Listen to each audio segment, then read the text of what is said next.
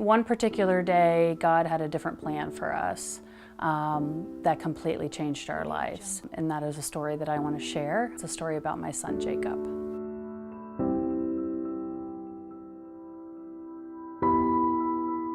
Audio Jungle.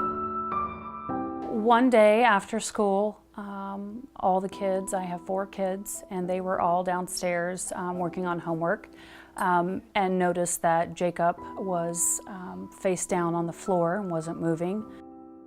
Called the squad.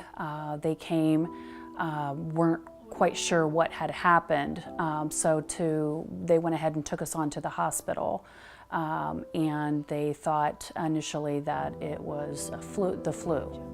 We took him home from the hospital, and a few days later at school, I was at work and got a phone call from Jacob's school that he had just fallen down and had a grand mal seizure. So we took him straight to the hospital. They ran tests. We went through MRIs, several different hospitals, EEGs. Basically, they told us he was diagnosed with pediatric epilepsy out of nowhere. The doctors at that point started prescribing medication for him. The first medication wasn't working, so then they added a second and then a third. And when they wanted to add another one, we were just like, no, my son wasn't Jacob anymore. He was, very sterile and just wasn't himself.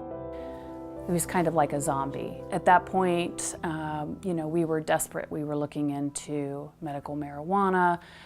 We were open to all options. And then I got a phone call from a friend of mine who had saw one of my social media posts. I was grieving so bad for my son and watching him go through this pain. He was having up to 60 seizures a day. My husband and I were pretty much numb at this point. Social media was an outlet for me to ask for prayers, to help us find answers. And when my good friend Sharon saw my post, she gave me a call and changed my life. I saw on Facebook, of course I'm browsing through it, and I saw little Jacob with his head wrapped up in gauze. And I thought, what's going on here? And with that, at that moment, I got from the Holy Spirit, it's his C3. I didn't know what a C3 was. I just knew it was his C3, and I had to call Becky. Sharon, she was very specific when she called me in that I want you to at least go and talk to this doctor. I was very hesitant. I did share it with my husband. We did talk about it, but then we just kind of went on about our business. A week later, Sharon calls me back. What'd the doctor say? I didn't go. Beck, I really feel strongly about this. You have got to go. It doesn't cost you anything but your time. Just go get an x-ray. I'm seeing this. I need you to do this. I think it's his C3. His spine's too straight. It's too straight, and it's pulsating on his spinal cord, creating this light in his head. And I could see the light in his head. And with that, that's what's causing the seizures. Of course, they've checked his spine, right? And at that moment, Becky said, no, they hadn't checked his spine. I'm like, why not? What's going on here? It's his C3. I hung up the phone immediately, called the doctor, made an appointment. We went in, loved the doctor. He was very open to what we had been through. He had not worked with any children with epilepsy before. This was his first. But he took the x-ray and confirmed what Sharon had told me on the phone. She kept being told that it was C3, which I didn't know what that meant. And sure enough, the x-ray showed his C3 was off. And it was not in the position that it was supposed to, which was affecting his nervous system, causing the seizures. When I have an experience like this, it's something that makes me so strong and so passionate about the message, because the message isn't from me, it's from God. And so God was reaching out to Becky, answering her prayers, and again, I was just the messenger. After we started the therapy with the doctor, we had hope, we had faith, but Sharon was very specific in that we needed to go 14 times. Around the 7th time, it was actually getting worse rather than better. And we were both very frustrated and just feeling defeated. And so I had lunch with Sharon, and she said, "You got to stay with it, Becky. You guys, I feel strongly about this. Just hear me out.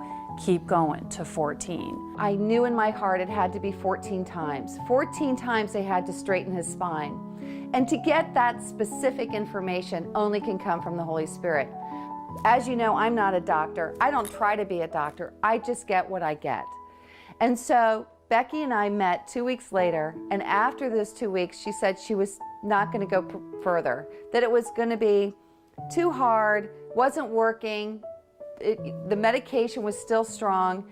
And I looked at her and I remember thinking, do it, just keep going. So we did. We kept going, and we took him 3 times a week.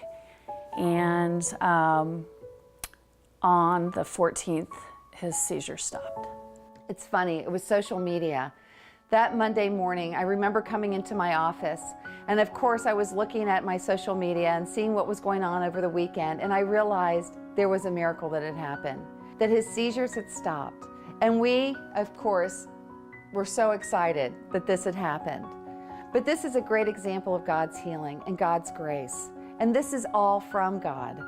And that there's hope out there, and that there's more to just what we know now in history, and that we should be open to hope and to faith.